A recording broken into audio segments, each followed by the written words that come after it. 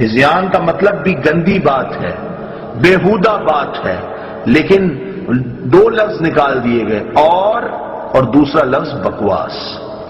اور لیکن نقل کے لیے بھی کچھ عقل کی ضرورت ہوتی ہے، وہ الفاظ نکالے. یہاں پر ہونا تھا ہذیان ہوتا ہے، کیونکہ ہذیان مذکر ہے اور بکواس مؤنث ہے. ہذیان ہوتا ہے، ہذیان ہوتی ہے نہیں ہے. اور یہ بات انہوں نے قرآن پاک کی سخت بے ادبی کی ہے.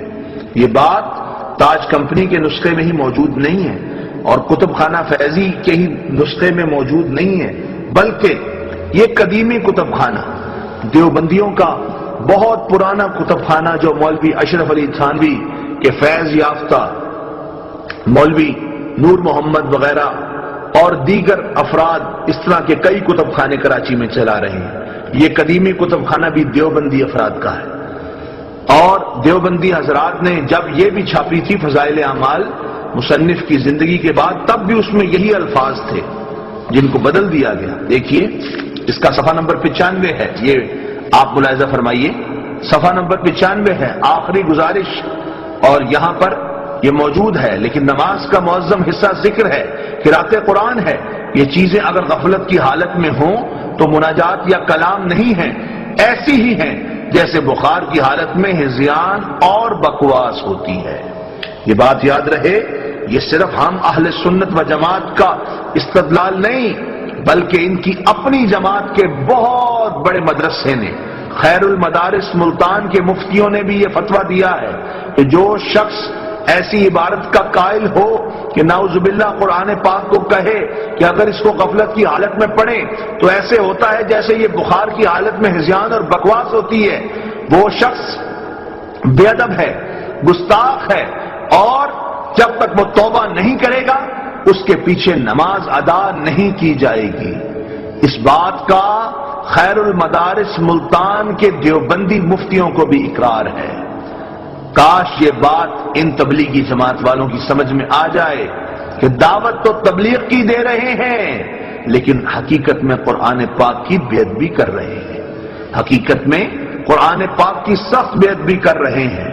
یہی ان لوگوں کا مشن ہے، موٹو ہے کہ قرآن پاک کی محبت، رسول پاک کی محبت صلی اللہ علیہ وسلم اور اللہ کی محبت سینوں سے نکال دیں. لیکن انشاءاللہ یہ اپنے اس مشن میں ناکام ہوں گے اور ہم ان کو یوں ہی بیچ چوراہے کے بے نقاب کرتے رہیں گے. آپ لوگوں کو بتاتے رہیں گے کہ لوگوں، سونا جنگل، رات اندھیری، چھائی بدلی کالی ہے، سونے والوں جاگتے رہیو، چوروں کی رکھوالی ہے. سونے والوں جاگتے رہیو، چوروں کی رکھوالی ہے. اور اسی پر بس نہیں، آپ جانتے ہیں کہ انہوں نے درود پاک کا چیپٹر بھی نکال دیا. جی ہاں، اسی کتاب میں درود پاک کا چیپٹر موجود تھا. یہ فضائل اعمال، اور دیکھیں اس کے آخر میں. اور اسی پر بس نہیں، آپ جانتے ہیں کہ انہوں نے درود پاک کا چیپٹر بھی نکال دیا. جی ہاں، اسی کتاب میں درود پاک کا چیپٹر موجود تھا. یہ فضائل اعمال، اور دیکھیں اس کے آخر میں یہ لکھا ہوا ہے فضائل درود شریف، فضائل درود صفحہ 26، فضائل درود صفحہ 27، 140 صفحات کا تقریباً چیپٹر ہے یہ آپ کے سامنے. فضائل درود صفحہ 140، اور یہ قدیمی کتب خانے کا چھپا ہوا تھا. اور اس میں سے پورا 140 صفحات کا درود پاک کا چیپٹر نکال دیا گیا. اور اس کا ٹائٹل بھی آپ دیکھ سکتے ہیں، یہ دیکھیں، یہ فضائل درود کا ٹائٹل ہے. کہاں گیا درود شریف کا چیپٹر؟ کہتے ہیں علیحدہ سے چھاپ دیا ہم نے. میں نے کہا علیحدہ سے چھاپا ہے، اس میں سے کیوں نکالا ہے؟ قرآن پاک کی بہت سی صورتیں علیحدہ چھپتی ہیں، سورہ یاسین شریف، سورہ رحمان، سورہ واقعہ، لیکن اس کا یہ مطلب تو نہیں کہ ان کو قرآن پاک سے بھی نکال دیتے ہیں. یہ بغض ہے. اور یاد رکھیں صحابہ کرام علیہم رضوان نے یہ درس دیا ہے کہ ایمان کامل ہے تو رسول پاک سے ایسی محبت کرو، ایمان کامل ہے تو رسول پاک سے ایسی محبت کرو کہ سیدنا مولا علی رضی اللہ تعالی عنہ کو بخاری شریف میں ہے، اللہ کے نبی علیہ الصلوۃ والسلام نے حکم دیا، اللہ کے پیارے محبوب علیہ الصلوۃ والسلام نے حکم دیا کہ میرا نام مٹا دو. کب؟ صلح حدیبیہ کے موقع پر محمد الرسول اللہ لکھا تھا، کہا یہ لفظ رسول اللہ مٹا دو کہ یہ اللہ کے رسول ہیں۔ کیوں کہ مشرکین مکہ کہتے تھے کہ ہم آپ کو رسول نہیں مانتے، آپ یہاں محمد بن عبداللہ لکھیں، لیکن اللہ کے محبوب علیہ السلام نے حکم دیا، اور سیدنا مولا علی فرما رہے ہیں اللہ کی قسم میں اس کو کبھی نہیں مٹاؤں گا۔ وہ دو لفظ نہ مٹائیں اور یہ 140 صفحات کا درود پاک کا چیپٹر نکال دیں، کیا یہ بغض رسول نہیں؟ صرف اسی قدیمی کتب خانے کی فضائل اعمال، جس کا نام پہلے تبلیغی نصاب تھا، میں نے ابھی نسخہ سامنے رکھا، ابھی دوبارہ دکھاؤں گا آپ کو، اسی فضائل اعمال جو قدیمی کتب خانے کی اس میں ہی موجود نہیں، اس تبلیغی نصاب کے اندر جو مصنف کی زندگی میں چھپتا تھا، یہ دیکھ لیجیے، اور یہ تاج کمپنی کا چھپا ہوا، اس میں بھی درود پاک کا چیپٹر موجود ہے آخر میں۔ بالکل یہ آپ کے سامنے میں اس کا ٹائٹل رکھنے لگا ہوں کہ دیکھیے یہ کیسا بغض رسول ہے، کیسا بغض رسول ہے کہ پورا درود پاک کا چیپٹر نکال دیا گیا۔ یہ دیکھیے، آپ اس کو ملاحظہ کر سکتے ہیں، پوچھئے ان سے، اگر آپ کے دل میں رسول پاک کی محبت ہے صلی اللہ علیہ وسلم تو ان سے پوچھئے کہ یہ کیوں نکالا۔ اگر یہ سچے ہیں تو اس کا جواب دیں۔ سیدنا مولا علی رضی اللہ تعالی عنہ تو دو لفظ نہ مٹائیں اور یہ پورا درود شریف کا چیپٹر نکال دیں۔ علیحدہ سے چھاپا تھا تو بیچ میں بھی رہنے دینا تھا، لیکن چونکہ اس میں لکھا ہوا تھا الصلاۃ والسلام علیک یا رسول اللہ، اسی لیے نہ چھاپا گیا بلکہ اس کو نکال دیا گیا۔ اللہ تبارک و تعالیٰ اپنے پیارے محبوب علیہ الصلوۃ والسلام کی سچی پکی محبت نصیب فرمائے۔ وآخر دعوانا الحمدللہ رب العالمین۔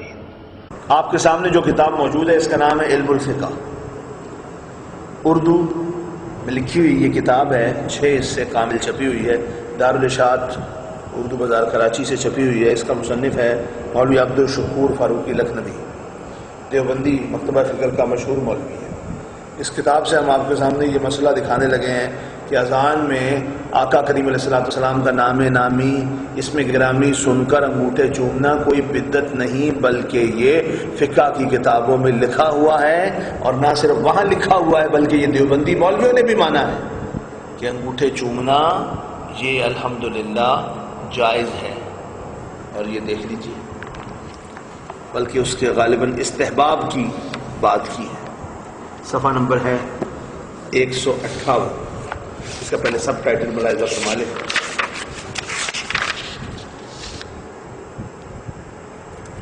اس پر ایک تقریر بھی موجود ہے جس کا میں ذکر بعد میں کروں گا۔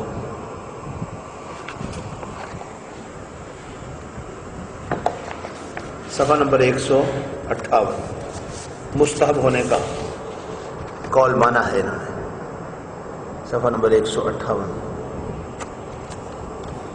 11 نمبر دیکھے، کہتے ہیں اذان سننے والے کو مستحب ہے کہ پہلی مرتبہ اشہد ان محمد رسول اللہ سنے تو یہ بھی کہے صلی اللہ علیہ یا رسول اللہ، صلی اللہ علیہ یا رسول اللہ، اور جب دوسری مرتبہ سنے تو اپنے دونوں ہاتھ کے انگوٹھوں کے ناخنوں کو آنکھ پر رکھ کر کہے قرۃ عینی بک یا رسول اللہ، اللہم متعنی بالسمع والبصر۔ جامع الرموز اور کنز العباد سے انہوں نے یہ بات نقل کی ہے، دونوں کتابیں فقہ کی ہیں۔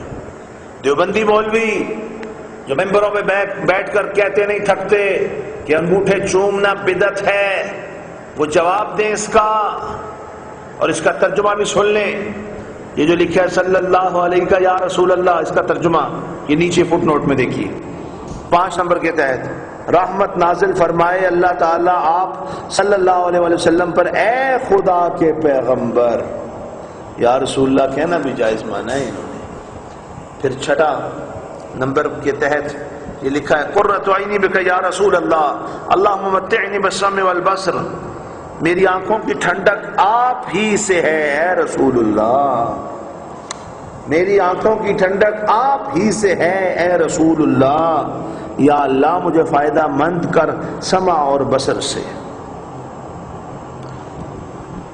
میری آنکھوں کی ٹھنڈک آپ ہی سے ہے اے رسول اللہ، یا اللہ مجھے فائدہ مند کر سمع اور بصر سے۔ معلوم ہوا ہم اہل سنت جو اذان میں آقا کریم علیہ السلام کا نام پاک سن کر انگوٹھے چومتے ہیں، یہ بدعت نہیں ہے، یہ گناہ نہیں ہے، الحمدللہ یہ سیدنا ابو بکر صدیق اکبر کی سنت ہے۔ اور اس بات کو علامہ سخاوی رحمۃ اللہ علیہ نے بھی لکھا ہے، اس بات کو ملا علی قاری رحمۃ اللہ علیہ نے بھی لکھا ہے، اور دیوبندی مولوی بھی اس بات کو مان گئے ہیں کہ اذان میں انگوٹھے چومنا اور آقا کریم علیہ السلام کا نام پاک سن کر انگوٹھے چومنا یہ مستحب ہے، اذان سننے والے کو مستحب ہے۔ اب بتائیں دیوبندی مولوی کیا اس کا کوئی جواب دے سکتے ہیں؟ قطعاً نہیں، یہ گلے کا کانٹا ہے، نہ نیچے جا سکتا ہے نہ اوپر آ سکتا ہے، اور یہ کوئی عام کتاب نہیں ہے۔ دیکھیے اس پر کس کی تقریر ہے، صفحہ نمبر 158 پر یہ عبارت موجود ہے دارالارشاد کراچی کی، اور اس پر تقریر مفتی تقی عثمانی اور مفتی رفیع عثمانی کے باپ کی ہے، مفتی شفیع کی تقریر ہے، جس نے قرآن کی تفسیر معرف القرآن بھی لکھی ہے۔ تقریر مفتی اعظم پاکستان مولانا مفتی محمد شفیع صاحب، اور دیکھیں تقریر میں کہتے ہیں حضرت مولانا عبد الشکور صاحب لکھنوی کی تصنیف لطیف علم الفقہ اردو زبان میں مکمل فقہ اسلامی کی بہترین کتاب ہے، اس کے مستند اور معتبر ہونے کے لیے تو خود حضرت مصنف کا اسم گرامی کافی ضمانت ہے، جو اپنے علم و فضل اور خدمات کی بنا پر محتاج تعارف نہیں۔ دیکھیں یہ مستند بھی ہے معتبر بھی ہے، مستند بھی ہے معتبر بھی ہے، یہ مستند بھی ہے معتبر بھی ہے۔ دیوبندی اتنے بڑے مولوی، سابق جسٹس شرعی عدالت، وفاقی شرعی عدالت مفتی تقی عثمانی اور اس کے بھائی مفتی رفیع عثمانی کے والد مفتی شفیع بھی یہ مان رہے ہیں، کتاب مستند ہے اور انگوٹھے چومنے کا استحباب اس میں نقل کیا گیا ہے۔ ماننا پڑے گا اہل سنت و جماعت، یا رسول اللہ صلی اللہ علیہ وسلم کہنے والوں کا عقیدہ بھی حق ہے، ان کا مسئلہ بھی حق ہے، ان کے معمولات بھی درست ہیں۔ پوری کائنات میں اہل حق ہیں تو صرف اہل سنت و جماعت۔ اللہ تبارک و تعالی ہمیں ان کے ساتھ وابستگی نصیب فرمائے۔ وآخر دعوانا ان الحمد للہ رب العالمین۔ یہ کتاب جو آپ کے سامنے ہے اس کا نام ہے نشر الطیب فی ذکر النبی الحبیب صلی اللہ علیہ وآلہ وسلم، اور اس کے مصنف ہیں دیوبندیوں کے حکیم الامت الحاج الحافظ محمد اشرف علی صاحب تھانوی۔ عرفان پبلشرز صدر بازار لاہور کنٹ کی یہ چھپی ہوئی ہے، اور یہ کافی پرانا نسخہ ہے، اور اس کے اندر آقا کریم علیہ الصلوۃ والسلام کی نورانیت مبارکہ کے متعلق یہ روایت موجود ہے، ملاحظہ فرمائیے۔ پہلی فصل نور محمدی صلی اللہ علیہ وسلم کے بیان میں پہلی روایت عبد الرزاق نے اپنی سند کے ساتھ حضرت جابر بن عبداللہ انصاری رضی اللہ تعالی عنہما سے روایت کیا ہے کہ میں نے عرض کیا میرے ماں باپ آپ پر فدا ہوں، مجھ کو خبر دیجئے کہ سب اشیاء سے پہلے اللہ تعالیٰ نے کون سی چیز پیدا کی؟ آپ صلی اللہ علیہ وسلم نے فرمایا اے جابر، اللہ تعالیٰ نے تمام اشیاء سے پہلے تیرے نبی کا نور اپنے نور سے پیدا کیا۔ بریکٹ میں لکھتے ہیں نہ بائیں مانا کہ نور الہی اس کا مادہ تھا بلکہ اپنے نور کے فیض سے۔ ہمارا بھی یہی عقیدہ ہے کہ اللہ کے نبی علیہ الصلوۃ والسلام اللہ کا پیدا کیا ہوا نور ہیں، نہ آپ اللہ کے نور کا حصہ ہیں، نہ جزو ہیں، نہ ٹکڑا ہیں۔ جو یہ مانے وہ غلط کرتا ہے اور اس کا اسلام سے کوئی تعلق نہیں۔ اللہ نے تمام اشیاء سے پہلے تیرے نبی کا نور اپنے نور سے پیدا کیا، پھر وہ نور قدرت الہیہ سے جہاں اللہ تعالیٰ کو منظور ہوا سیر کرتا رہا، اور اس وقت نہ لوح تھی، نہ قلم تھا، اور نہ بہشت تھی، نہ دوزخ تھا، نہ فرشتہ تھا، اور نہ آسمان تھا، اور نہ زمین تھی، اور نہ سورج تھا، اور نہ چاند تھا، نہ جن تھا، اور نہ انسان تھا۔ پھر جب اللہ تعالیٰ نے اور مخلوق کو پیدا کرنا چاہا تو اس نور کے 4 حصے کیے، اور ایک حصے سے قلم پیدا کیا، دوسرے سے لوح، اور تیسرے سے عرش۔ آگے طویل حدیث ہے۔ فائدہ اس حدیث سے نور محمدی صلی اللہ علیہ وسلم کا اول الخلق ہونا باولیت حقیقیہ ثابت ہوا، کیونکہ جن جن اشیاء کی نسبت روایات میں اولیت کا حکم آیا ہے ان اشیاء کا نور محمدی سے متاخر ہونا اس حدیث میں منصوص ہے۔ قلم ہو یا اور کوئی چیز ہو وہ بعد میں پیدا ہوئی ہے۔ مولوی اشرف علی تھانوی صاحب اس بات کو مان رہے ہیں کیونکہ اس سے یہ نص ہے اور اس سے بات یہ ظاہر ہے کہ اللہ تعالیٰ نے سب سے پہلے اپنے پیارے نبی جناب محمد رسول اللہ صلی اللہ علیہ وسلم کا نور سب سے پہلے تخلیق فرمایا۔ اور یہ آج بھی الجزء المفقود مصنف عبد الرزاق کا یہ جز جو ہے اس کے اندر یہ بات موجود ہے صحیح سند کے ساتھ، وہاں پر ایسی سند جو بخاری کے معیار کی سند ہے بلکہ بخاری ہی کی سند ہے، اس سند کے ساتھ یہ بات موجود ہے۔ یہ روایت جو آج تک وابیوں کو ملتی نہ تھی اور بہت سے محدثین نے 30-35 محدثین نے جس کو نقل کیا تھا اور وابی شور ڈالتے تھے کہ یہ دیکھو مصنف عبد الرزاق میں موجود نہیں ہے، لیکن مصنف عبد الرزاق کے اندر وہ الحمدللہ اس کا جزء المفقود افغانستان سے مل گیا اور وہ الحمدللہ سب سے پہلے ڈاکٹر عیسیٰ مانی حمیری نے دبئی سے اس کو چھپوایا اور پھر وہ لاہور سے جو ہے عبدالحکیم شرف قادری صاحب نے اس کو اپنے مکتبہ قادریہ سے چھپوا کر ایک بہت بڑا کارنامہ سر انجام دیا کہ اللہ کے نبی علیہ الصلوۃ والسلام کی یہ حدیث جس کو وہابی مانتے نہیں تھے، دیوبندی مانتے نہیں تھے اور ان کے اپنے بڑے نے اپنی کتاب میں لکھی تھی، اس کو الحمدللہ انہوں نے چھپوا کر اور مصنف عبد الرزاق کے اندر وہ مل گئی اور اس سے یہ بات ثابت ہوئی کہ اللہ نے سب سے پہلے اپنے پیارے نبی علیہ الصلوۃ والسلام کے نور کو تخلیق فرمایا اور الحمدللہ یہ وہ برکت ہے جو اہل سنت و جماعت کے حصہ میں آئی ہے کہ وہ اللہ کے نبی علیہ الصلوۃ والسلام کی ساری شانوں کو مانتے ہیں۔ اللہ تعالی ہمیں اسی پاک عقیدہ پر جینے اور مرنے کی توفیق عطا فرمائے۔ وآخر دعوانا ان الحمدللہ رب العالمین۔ السلام علیکم ورحمۃ اللہ۔ محفل میلاد کا جواز۔ میرے پیارے محترم بھائیوں، عموماً دیوبندی تبلیغی جماعت اور وہابی ملا جو ہیں وہ سنی مسلمانوں پر محفل میلاد کرنے اور جلوس میں شرکت کرنے پر بدعتی اور پتہ نہیں کیا کیا کہتے ہیں۔ آئیے آج ہم آپ کو انشاءاللہ چند ایسے علماء کی کتابیں دکھاتے ہیں اور خود دیوبندی اور وہابیوں کی کتابیں دکھاتے ہیں کہ جن کو یہ رد نہیں کر سکیں گے۔ یہ پہلی کتاب ہے اخبار الاخیار، شیخ عبدالحق محدث دہلوی نے یہ کتاب لکھی ہے۔ اس کتاب میں یہ لکھتے ہیں کہ اے اللہ، میرا کوئی عمل ایسا نہیں ہے جسے آپ کے دربار میں پیش کرنے کے لائق سمجھوں۔ میرے تمام اعمال میں فساد نیت موجود رہتی ہے، البتہ مجھ حقیر فقیر کا ایک عمل صرف تیری ذات پاک کی عنایت کی وجہ سے بہت شاندار ہے، اور وہ یہ ہے کہ مجلس میلاد کے موقع پر میں کھڑے ہو کر سلام پڑھتا ہوں اور نہایت ہی عاجزی و انکساری محبت و خلوص کے ساتھ تیرے حبیب پاک صلی اللہ علیہ وسلم پر درود و سلام بیچتا رہا ہوں۔ اے اللہ، وہ کون سا مقام ہے جہاں میلاد مبارک سے زیادہ خیر و برکت کا نزول ہوتا ہے؟ اس لیے اے ارحم الراحمین، مجھے پکا یقین ہے کہ میرا یہ عمل کبھی بیکار نہ جائے گا، بلکہ یقیناً تیری بارگاہ میں قبول ہوگا، اور جو کوئی درود و سلام پڑھے اور اس کے ذریعے دعا کرے وہ کبھی مسترد نہیں ہوگی۔ سبحان اللہ۔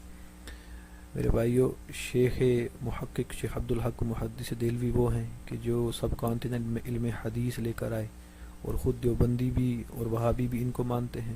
یہ تو یہاں پر محفل میلاد میں شرکت اور کھڑے ہو کر سلام پڑھنے کو کہہ رہے ہیں کہ یا اللہ، مجھے پتہ ہے اور مجھے جو ہے وہ امید ہے کہ یہ عمل جو ہے وہ تیری بارگاہ میں ضرور قبول ہے۔ سبحان اللہ۔ تو اگر سنی مسلمان آج جو ہے وہ محفل میلاد کریں یا کھڑے ہو کر سلام پڑھیں تو دیوبندی اور وہابی ان کے اوپر مشرک اور بدعتی ہونے کا فتویٰ دیں، تو کیا آپ کہیں گے آپ جو ہے وہ شیخ عبدالحق محدث دہلوی کے بارے میں؟ تو ان کے بارے میں بھی کیا آپ جو ہے وہ دیوبندی وہابی ان کو بھی مشرک اور بدعتی کہیں گے؟ اللہ اکبر۔ بہرحال یہ کبھی بھی نہیں کہہ سکیں گے انشاءاللہ۔ آئیے ایک اور کتاب دیکھیں، شمائم امدادیہ۔ یہ لکھنے والے ہیں حاجی امداد اللہ مہاجر مکی رحمۃ اللہ، جو کہ تمام دیوبندی جو مولوی ہیں، تھانوی، گنگوہی، ننوتوی صاحب کے جو ہیں وہ پیر صاحب ہیں۔ انہوں نے اپنی کتاب میں دو جگہ پر پیج نمبر 50 اور پیج نمبر 68 پر جو ہے وہ بڑی اچھی باتیں تحریر فرمائی ہیں. سب سے پہلے یہ پیج نمبر 50 کے اوپر آپ لکھتے ہیں, فرمایا ہمارے علماء مولوی شریف میں بہت تنازع کرتے ہیں, تاہم علماء جواز کی طرف بھی گئے. جب صورت جواز کی موجود ہے پھر کیوں ایسا تشدد کرتے ہیں, اور ہمارے واسطے اتباع حرمین کافی ہے. البتہ وقت قیام کے اعتقاد تولید کا نہ کرنا چاہیے. اگر احتمال تشریف آوری کا کیا جائے مذائقہ نہیں. سبحان اللہ. وہ کہہ رہے ہیں کہ علماء اس میں تنازع جو ہے وہ کرتے ہیں, لیکن جب جواز کی صورت موجود ہے تو پھر اس میں جو ہے وہ تشدد یعنی جو ہے وہ جھگڑا کیوں کرتے ہیں. اور آگے آپ کہتے ہیں کہ ہمارے واسطے اتباع حرمین کافی ہے. تو اس سے ظاہر ہوا کہ اس وقت جو ہے وہ حرمین شریفین میں بھی محفل میلاد جو ہے وہ ہوتی تھی. سبحان اللہ. تو اب یہ حاجی امداد اللہ مہاجر مکی جو ہیں یہ دیوبندیوں کے جتنے بھی ان کے یہ حکیم الامت وغیرہ ہیں سب کے پیر صاحب ہیں. تو کیا ان کے تمام مولویوں نے ایک بدعتی کے ہاتھ کے اوپر بیعت کی تھی؟ کیا فتویٰ اب آپ ان کے اوپر لگائیں گے؟ کیا ان کو بھی بدعتی اور مشرک کہیں گے؟ تو انشاءاللہ تعالی اب آئیے پیج نمبر 68 پڑھتے ہیں. اس کے اوپر یہ لکھتے ہیں, جب مصنفی شریف ختم ہو گئی بعد ختم حکم شربت بنانے کا دیا اور یہ ارشاد ہوا کہ اس پر مولانا روم کی نیاز بھی کی جائے گی. 11 بار سورہ اخلاص پڑھ کر نیاز کی گئی اور شربت بنانا شروع ہوا.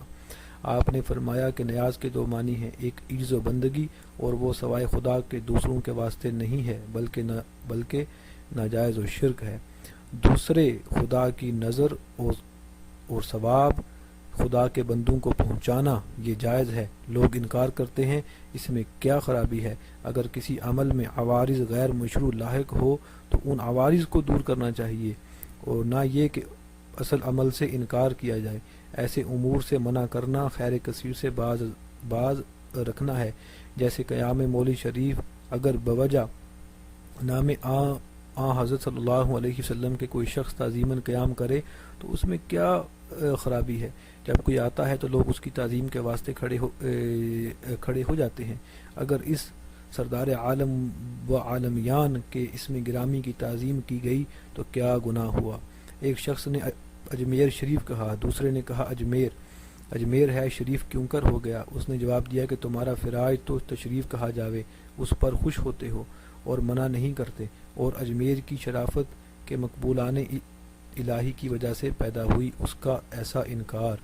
جب منکر نکیر قبر میں آتے ہیں تو مقبولان الہی سے کہتے ہیں,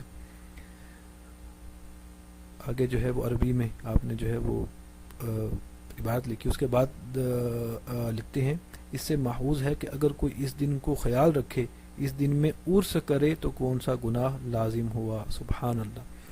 اس میں کئی باتیں جو ہے وہ حاجی صاحب نے کی. پہلی بات تو انہوں نے جو ہے وہ نیاز کی کہی. سبحان اللہ کہ نیاز دینا جائز ہے, یعنی کوئی چیز جو ہے وہ پکا کر اس کو بانٹ کر اور اس سے جو ہے وہ ثواب حاصل ہو وہ جو ہے وہ اولیاء کرام کی جو ہے ان کو مطلب اصال ثواب کرنا یہ جائز ہے. دوسرا آپ نے محفل میلاد میں کھڑے ہونے کو تعظیماً کھڑے ہونے کو جائز کہا. سبحان اللہ. اور تیسری بات کہ جو ہے وہ عرس کرنا بھی جائز ہے. سبحان اللہ.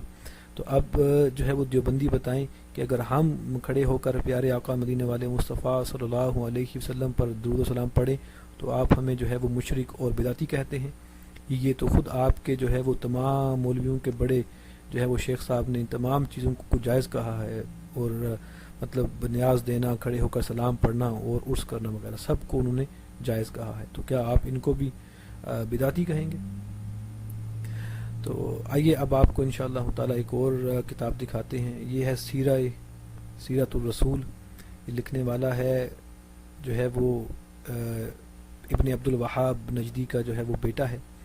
اس میں جو ہے وہ اس نے بات جو لکھی ہے وہ یہ کہ ابو لہب کو اس کے مرنے کے بعد خواب میں دیکھا گیا تو اسے پوچھا گیا کہ تیرا کیا حال ہے, اور وہ بولا میں تو آگ میں ہوں, تاہم ہر پیر سوموار کو میرے عذاب میں تخفیف کر دی جاتی ہے. اور وہ انگلی سے اشارہ کرتے ہوئے کہنے لگا کہ ہر پیر کو میری ان 2 انگلیوں کے درمیان سے پانی کا چشمہ نکلتا ہے جسے میں پیتا ہوں, اور مجھے یہ تخفیف اس وجہ سے ملتی ہے کہ میں نے صوبیہ کو آزاد کیا جب اس نے مجھے حضور صلی اللہ علیہ وسلم کی ولادت کی خبر دی.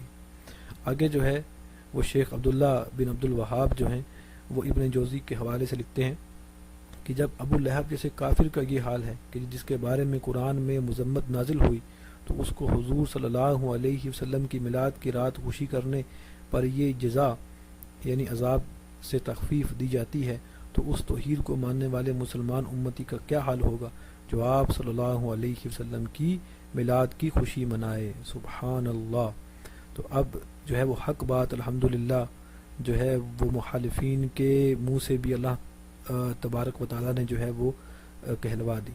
تو اب جو ہے یہ وہابیوں کے بڑے امام صاحب کے بیٹے کی جو ہے وہ تحریر ہے، تو کیا تمام جو ہیں وہابی سلفی جو ہیں وہ ان کو بھی بدعتی کہیں گے؟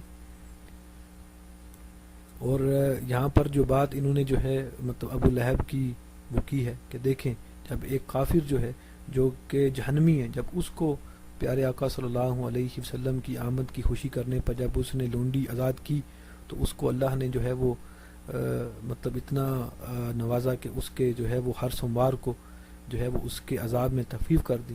تو ایک مسلمان جب پیارے آقا صلی اللہ علیہ وسلم کی محفل میلاد میں خوشی کرے گا تو اس کو کیوں کر اللہ جو ہے وہ تبارک و تعالیٰ کیوں کر اس پر جو ہے وہ اپنی رحمت نہیں بھیجے گا۔ تو میرے بھائیوں، سب سے پہلے ہم نے شیخ محقق کی جو ہے وہ بات دکھائی ان کی کتاب سے، پھر حاجی امداد اللہ مہاجر مکی کی ہم نے کتاب دکھائی، اور پھر جو ہے وہ شیخ عبداللہ بن عبد الوہاب نجدی تمیمی کی جو ہے وہ ہم نے کتاب دکھائی۔ تو ان کو جو ہے وہ کبھی بھی دیوبندی اور وہابی لوگ ان کو رد نہیں کر سکتے انشاءاللہ تعالی۔ اب آپ جو ہے وہ ہماری مطلب میری جو ہے انشاءاللہ ویڈیو کا پارٹ 2 بھی دیکھیں، اس میں ہم آپ کو جو ہے وہ تصویر کا دوسرا رخ انشاءاللہ دکھائیں گے۔ السلام علیکم ورحمۃ اللہ۔